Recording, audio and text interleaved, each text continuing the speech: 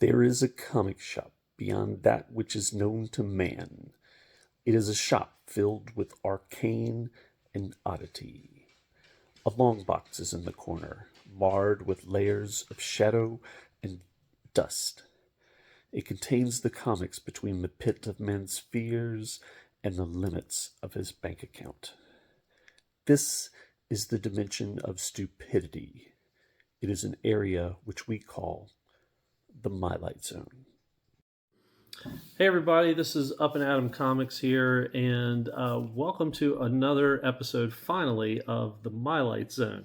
So, the Mylite Zone, if you're not familiar, is just kind of a series of videos that I'm doing to kind of highlight some of the weird books that are out there. Maybe these are some things that it's shocking that these things ever saw print. Maybe it's just passion projects, things like that people wanted to put out. And so it's funny. I've had a few of these that I have been working on. And one of these, I started to work on it, and then I was just like, I don't like, this isn't worthy to be a My Light Zone episode. And then there's, I have a whole stack here of some different things. And so there's been some other things. I've been sick for a little bit, so I apologize for not being able to put out one of these. But today I'm going to do something a little bit different. In that I want to focus on a book that you could actually pick up off the stands right now, and that is Banana Number One. I absolutely love this, and we're going to do a little bit of a deeper dive in this book today. At the end of the video, I'm going to show you some of my contenders for upcoming episodes, and let me know which one that you would like me to focus on or put as a higher priority than some others. So I want this to be kind of fun for everybody. So Banana Number One, let's get into it. So Banana Number One, the cover here, it's by Mike Allred. And honestly, I'm not a big Mike Allred fan. His art, it just usually just kind of I don't know, just the drawing and the coloring and some of it, it's just not my style. I know a lot of people love him, but this, so he does the cover art on this issue, and there's some other great covers, and I am tempted to go back and pick up another one. This book is $5.99 though, so it's kind of one of those things, like, not sure if I'm going to do that. But there's a great, like, David Bowie cover where it's like a banana that looks like David Bowie with the the Ziggy Stardust kind of thing across the eyes on the banana. Really funny. But there's also like a glow in the dark version. Some different kind of funny things. There's one that looks like I think the 1 in 1,000. It looks like it's like the banana, but it's also got like the banana tape to it, like they did the famous art piece that made a lot of money for just a banana tape to the wall. But anyway, this book, like I said, just came out this past week, so July 15th, 2026. The writer is Joshua Dysart, Dysart. I might be pronouncing that wrong. The art is done by Kevin McGuire, and then coloring is by Rico Renzi. Dave Sharp did the letters, and David Lapham did the title design. So they put and Mark Wade actually helped write the backup story with David Lapham, and David Lapham did the art as well. So there's a they put a lot of talent on this, and this is put out by Bad Idea. The first, I think, iteration of Bad Idea I was not a fan of. They had too many gimmicks and too many things, and they were trying to make it a bad idea. Like, can you believe that we're getting this thing done? But Bad Idea in the last couple of years has actually put out some good quality books. I do say that their price is a little too high, for comparing to other books. Typically, they're usually like $1 higher, and $5.99 is a price point I don't want us to get to anytime soon for comics. That's going to definitely affect how many books I pick up if more things go to $5.99.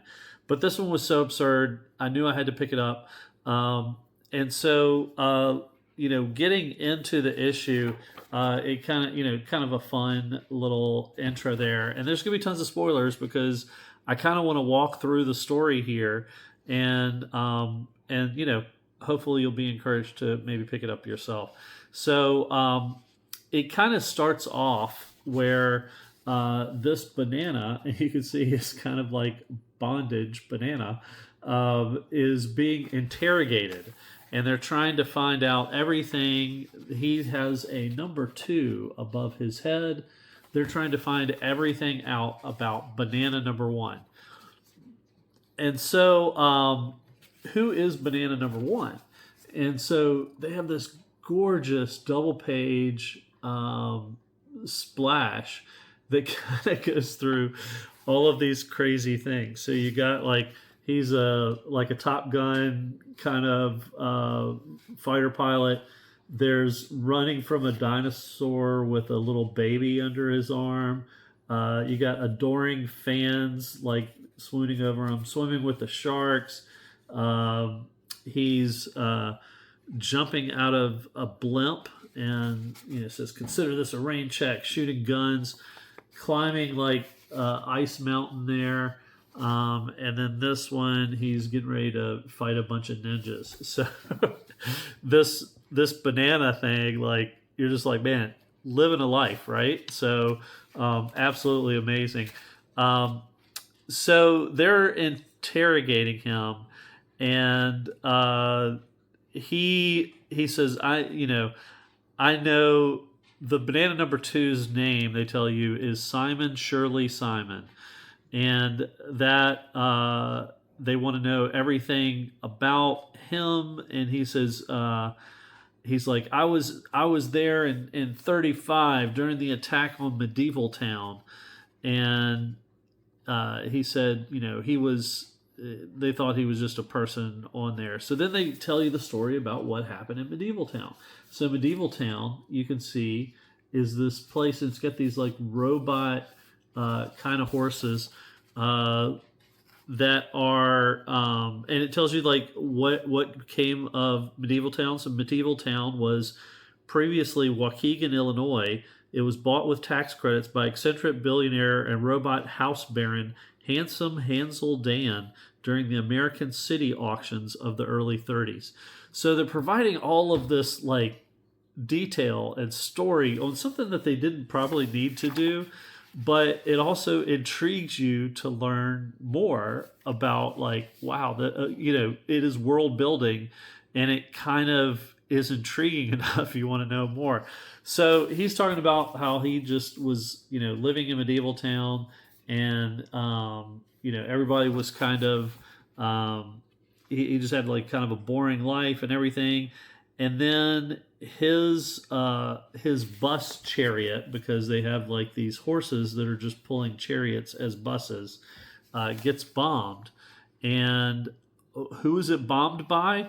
It is bombed by the Kiwi Underground Liberation Front. And so they have these Kiwis that have broken into the factory that produced these mechanical horses, and they have stolen them, and they're kind of attacking Medieval Town. And this is Tommy Cromwell. He is the elusive Kiwi liberation leader. But it's just a cool, like he's got like a little scar on the kiwi, which is just like a little cut on the fruit, just really funny. So they end up capturing him, and then the horror of it all, they show that these kiwis are actually like eating people. So absolutely bizarre and crazy. And they're bringing all these people together, and as they're getting ready. They've gathered all of these people together, including the banana number two guy, Simon. Was it Simon Simple? Simon Shirley Simon. They bring him and others. And one thing that's kind of funny, I had to laugh. This guy doesn't he look like Black Panther, like T'Challa? Like he's got that like outfit on, or maybe he's just a fan of the movies. But anyway, they're gathering all these people together. They're waiting to hear their fate, what's going to happen. And then there is a banana army that is coming along. And so banana number one is coming to save the day. So he's and they go through who is banana number one. And so they talk about how banana number one was discovered in this farming thing. This woman brings out this banana, and it's kind of funny. He's green because he's young and he hasn't ripened yet. And banana number one ends up escaping this area. Once he was ripened, he came of age, and he left the country. He became like this worldwide phenomenon. They talk about he would win the Monaco Grand Prix racing. He created a group called Bloodshy, which is the world's first diamond album selling symphonic sasscore death metal band. So sasscore, like they're just creating stuff that's just so fun. And he becomes this like scientist, heals worlds and stuff. And this panel at the bottom just cracked me up. It's kind of like he's making love, and so he's taking his peel off. You can see the peel kind of hung over the bed frame. And he's making sweet banana love to somebody. So good for banana number one. But anyway, he comes down. That's kind of like a quick origin of who banana number one is. Then they go into where he is going to meet with the head of that Kiwi liberation group, and they have this meeting. They don't know, the people outside don't know what's going on, but he's walking outside and he's like, hey, things have happened. The time for diplomacy is other. I can't stand between the humans and the progeny of the fundament zone forever. Things are going to become very hard after this. I have no choice but to choose a side. And so that's what banana number one says. And this guy's like, please take me. And that ends up becoming banana number two. So this moment, like when he was off talking privately to the Kiwi and making decisions about what was going to happen, and then you don't know what happens, it really reminded me of like Aslan from The Lion, the Witch, and the Wardrobe, when he goes off and then they decide they're going to sacrifice him. I was like, oh my gosh, they're going to sacrifice banana number one? That would be terrible. But this is a flashback, so that's not really happening exactly. So then they flash back to banana number two in bondage, and he's like, so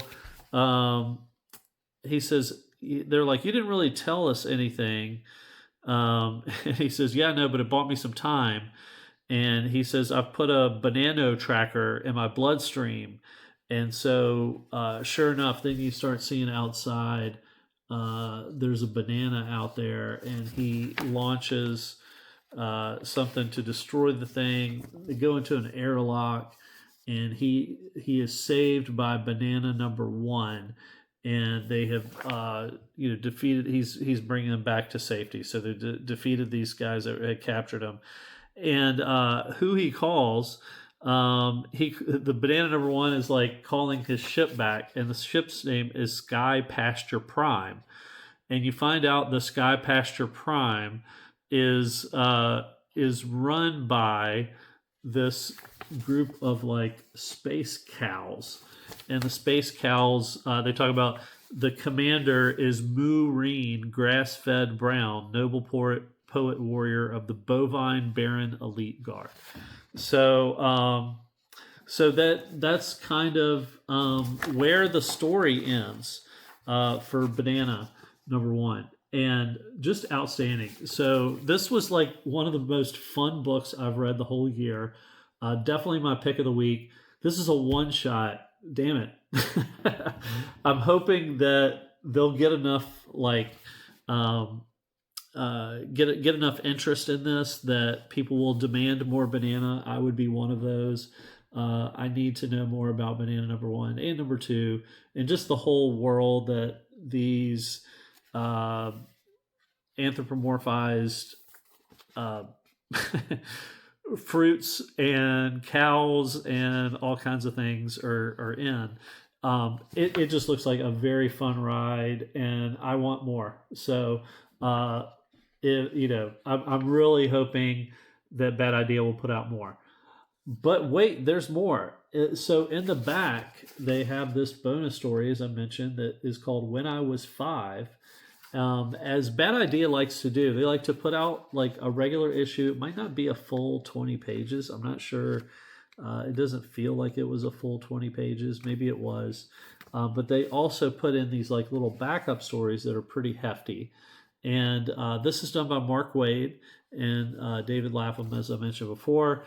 And this story was kind of interesting too. So it takes place where there's a girl or a woman who's sitting there smoking a cigarette, and she's like, I keep having this image of this kid Davy that never leaves my head, and it's her twin younger brother, and they were 5 when they were running through the woods, and then Davy disappeared and never saw him again, and so she thinks about him often, and so she goes to the door and it's Davy. So Davy is actually there, but he's still only 5 years old, and so he's like, "Tell me what's going on," and then all of a sudden, Davy turns her into 5 years old, and so they're kind of running off, having some fun, running through, and then it kind of shows that there's this loop that this kid Davy is kind of in control of this world and always lives the same day of sometime in, I think it's June in 1990. And so if there's something that happens, like some new technology or something that he doesn't want to happen, it's just deleted. So like she had a laptop, the laptop is just gone. She had brought him home a puppy, and the puppy immediately becomes the dog that they had named Barney. And so there's all of this stuff that's happening, but then she realizes Davy also throws tantrums. So it's kind of like a Twilight Zone episode, where Davy throws some tantrums. He breaks Moira, the sister's arm, and if things aren't going his way, things aren't going well. And they define there's a whole bunch of like people that are disappearing in the whole neighborhood. The cops are getting involved. She's wondering what happened. She comes home. The dog is dead, which I hate seeing that kind of stuff. But she's getting kind of, she leaves for like a day, and then she finds Davy underneath the kitchen sink, just hovering, and he's just kind of freaking out and everything. And then it's just this kind of like Davy has run away, and what's going to happen. So it's just like a thought-provoking, weird kind of story, but really good. And then the last thing that I was excited to see is something else I have pre-ordered, is a little preview of this comic that's coming out called Realligator. And so Realligator, and they show a little bit of this. They have some panels. It's very cartoony type art. But the thing that I love about it is it's done by an artist that I really like and appreciate, named Manix Abrera, and who is a Philippine artist, and he does some amazing stuff. One of the things he does, this like, I'm trying to find a good example. He does these like images of all the people, and it kind of remind you of Minions, from Despicable Me. He kind of always draws them like that kind of style, and but he does some great like cover recreations, but using his style. That I would love to get something like that from him down the road. Whatever he does, a con or something like that, I'd love to get. He's like very high on my list to try to get something done by. So anyway, but that is Banana number one. So if you're intrigued, if you like the story, go. Maybe I've told you too much. Maybe you don't. There's nothing to hide, but you could just kind of enjoy and laugh along with it. Hopefully, you can go buy your LCFs. Demand some banana. We have at my LCS, we've been like applauding, literally applauding everybody that picks up banana number one, being like, "Yes, you are welcome to the mold," and just trying to push this book because it's so much fun. It's so much better than it should be. And the world building and the story and everything, it just keeps you intrigued, but it's also funny. So comics are supposed to be fun. They're supposed to be something that you can enjoy, and it's definitely an original story. So definitely recommend pick up Banana number one at your LCS. So that is it for this coverage of this issue. But I wanted to show you other things that I have planned. And this is just the tip of the iceberg. I have as you know, I collect a lot of weird things, and so I want to cover some of these things. So let me know something if there's something that you'd like to out of this group that you'd like to see me do a deep dive on. So the first thing I was thinking about doing is one on soft serve, which is these are two issues of soft serve. If you don't know about soft serve, it's a mutant, but it'd be kind of fun to cover that. I also have Wabbit Wampage, which is based off of a board game. There is Smith Brown Jones Alien Accountant Halloween Special. This one Stevie D sent me. There's also Trailer Park of Terror. Looks fun. Crackbusters, which Lyle Hopson actually just showed this on Alan's show the other night, which I thought was great. I have Jello Man and Wobbly, and actually just got an upgraded copy to this. So Jello Man and Wobbly, Heralds of Canada, Hero Sandwich, Horse, just Horse, Gonad the Barbarian,